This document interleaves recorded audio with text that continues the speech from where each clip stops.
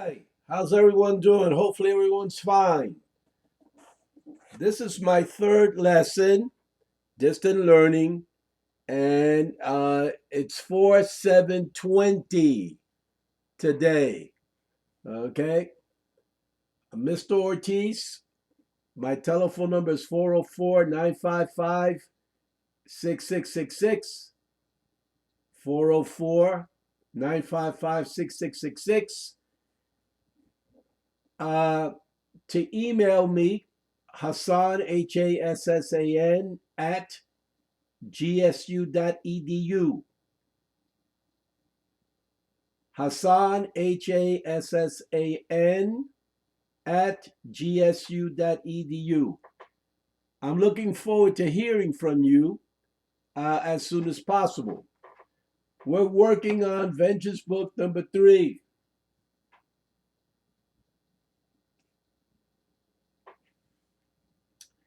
Please, because of the situation, we had books in school.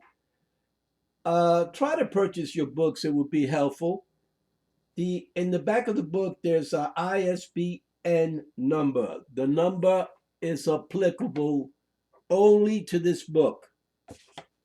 The number is 976 1 108 44957 1. I'll repeat it. 976 1 108 44957 1. And we're going to review Unit 5. We're going to work on infinitives, infinitive phrases on page 60. We're also going to look at the present perfect tense. Present perfect tense, which we worked on class already, and that's on page 62. We're also going to look at gerunds and infinitives, because sometimes the gerunds and the infinitives could be interchanged. Okay, sometimes. We have some practice exercises. I'm going to work with you on your writing skills. So I'm going to dictate from a powerful book. And this is the book here, The Four Agreements by Miguel Ruiz. This is an incredible book. This book was on the bestseller list for 8 years and became required reading for middle school students in Colorado. So I'm going to dictate from the book, and you could write down the sentences, and you could email me the sentences for correction. And we're also going to do some reading on page 64, and it's entitled, the reading, Salsa Stars. And as you know well, I am a musician. I have my own band, the Mojito All Stars. So I love the music. So we'll read about the music. Okay, right now, get something to write with. Get a piece of paper, get a pen or a pencil. I'm going to take my time reading the passage, and at the end of each sentence, I will read the entire sentence, and at the end, I'll read the entire passage. Okay, so you'll have three times to write down the words. Okay, so let's begin. This passage is entitled, Be Impeccable with your word. Impeccable. Impeccable.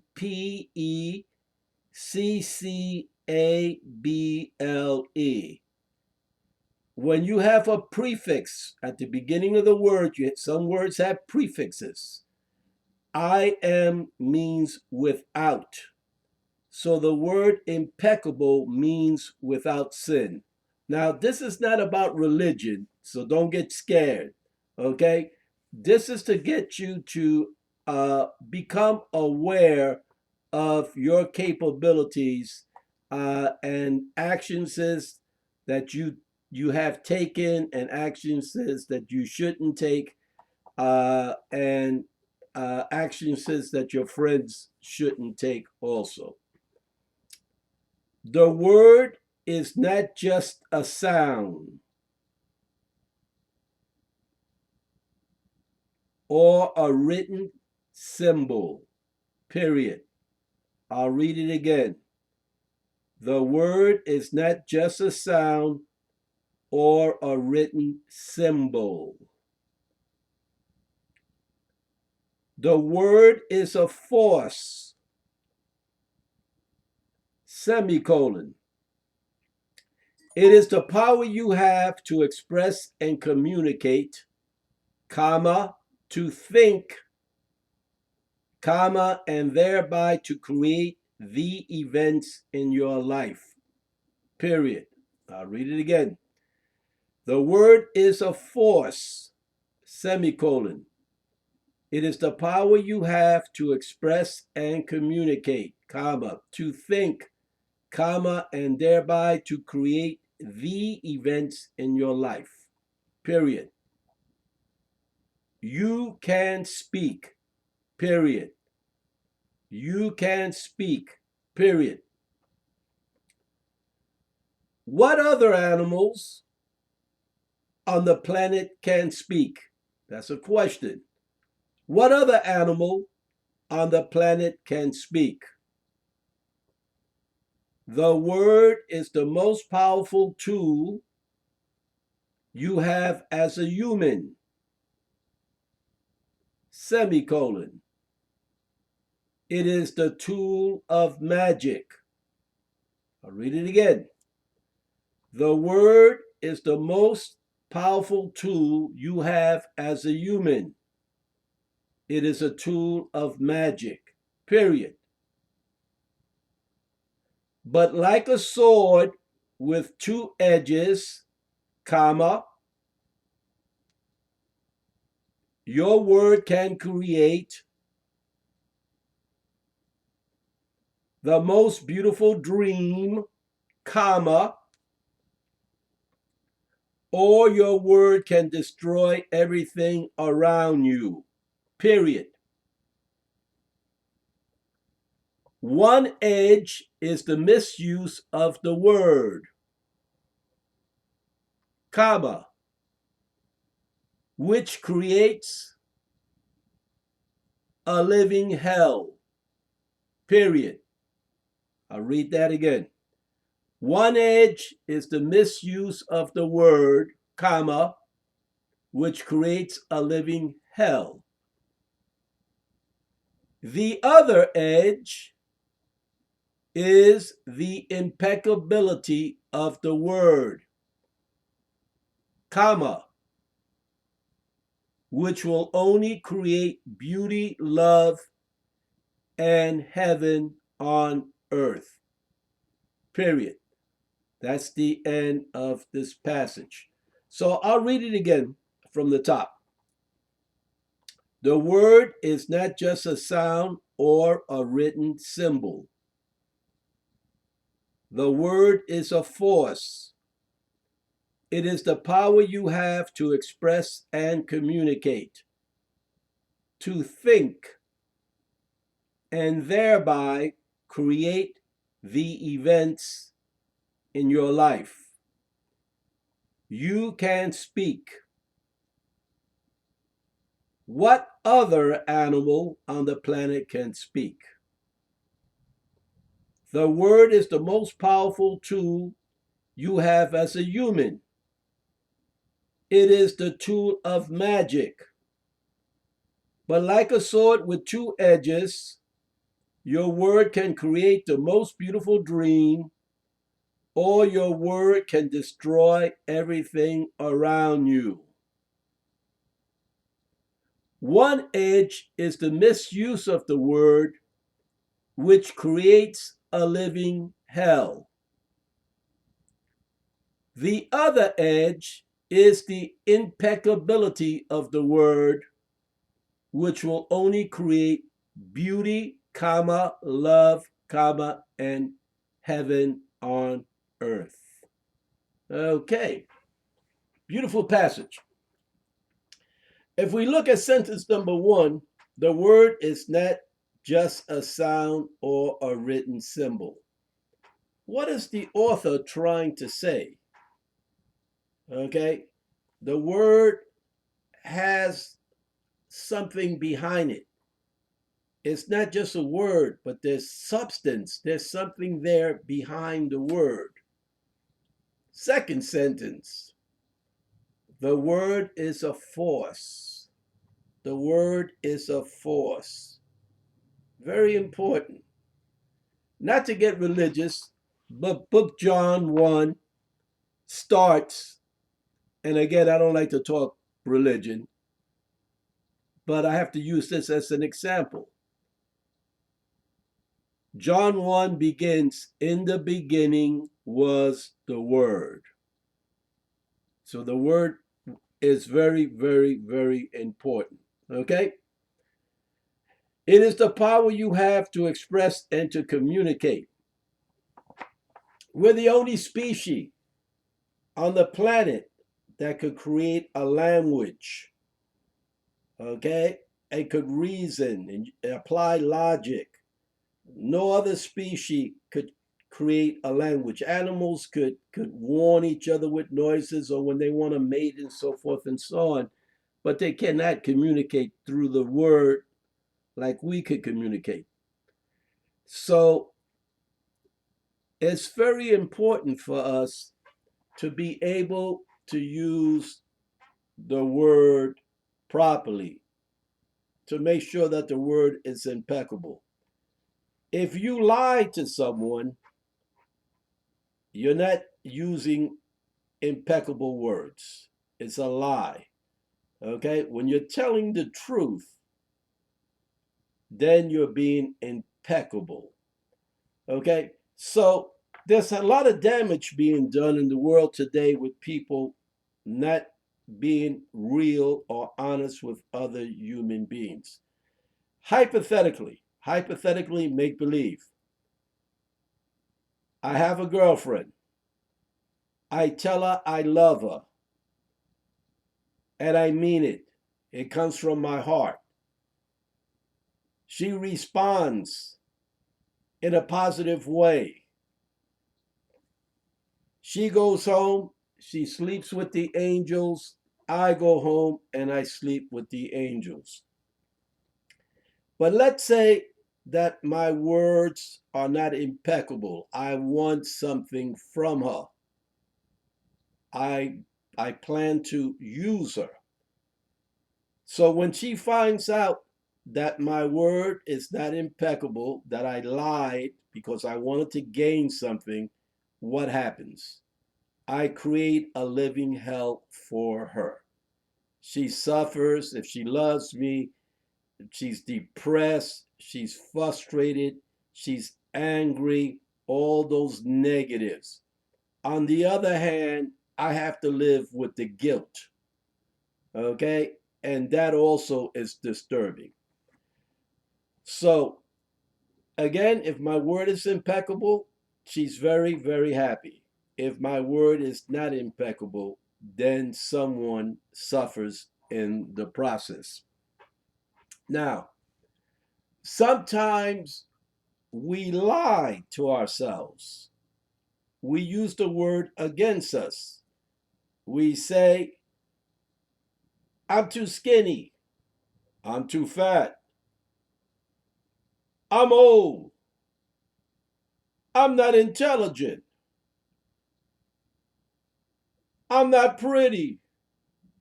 I'm not handsome. I'm ugly. Okay? So a lot of people lower their self esteem because they have images that don't make any sense and they compare themselves to those images. So don't use the word against yourself. Never use the word against yourself. Okay? Be conscious of that. Also, don't lie to children. If you tell your children or the father of the child says, we're going to Disney World this summer, make sure that if you're a father, that you think it through before you open your mouth. I had a student, she was like 34 years old, 35. She was from Argentina. And she told the class after we read this passage, she said, I'm still waiting for the bicycle my father promised me when I was 14 years of age. 20 years, 21 years later, in her heart, okay, she was still waiting for the bicycle. She lost respect for her father. So please, make sure that in your dealings in life, that your word is impeccable. Okay? Please try to be real and please don't lie. This way you could go to bed and you could go to bed in peace. Don't use the word against yourself. Don't tell yourself that you're not worthy, that you're not intelligent, that you can't do it, that you're a failure, that you're no longer useless, you're youthful, I should say. Uh, just don't use the word against yourselves, okay? Please, that's extremely important. Inner beauty is more important than what's out here, and that's just an image. And lastly, again, don't use the word against children. They will lose respect for you. They will not forget. So always be honest with your children. So this is an incredible book, The Four Agreements. It's based on a group of people that they were the Toltecs in Mexico, and they mysteriously disappeared. But there's facts that they existed because there's pottery, they left tools and everything else, but they just disappeared. So this is not a religious book, okay? It's a book to get you to realize that there's certain things that we have to do in life to be happy. And that's what I'm all about. I want to see my students grow, not just academically, but I want to see you grow consciously to become better human beings. Um, this the four agreements in this book: be impeccable with your word. The second agreement: don't take anything personally. That's very, very important. Don't take things personally. The third agreement: don't make assumptions. Don't make assumptions, and we make assumptions. And the last one: always do your best. Always do your best. And I know you, my students, are trying very, very hard and you're trying your best. And I appreciate that from all of you. You're doing well. You want to grow. You're working on learning a new language. I'm very happy with the progress of my class. So, the book, The Four Agreements, Miguel Ruiz, that's the ISBN number You could buy the book used online. Email me, okay? Send me the passage and I will correct it. See you next time. Have a great time.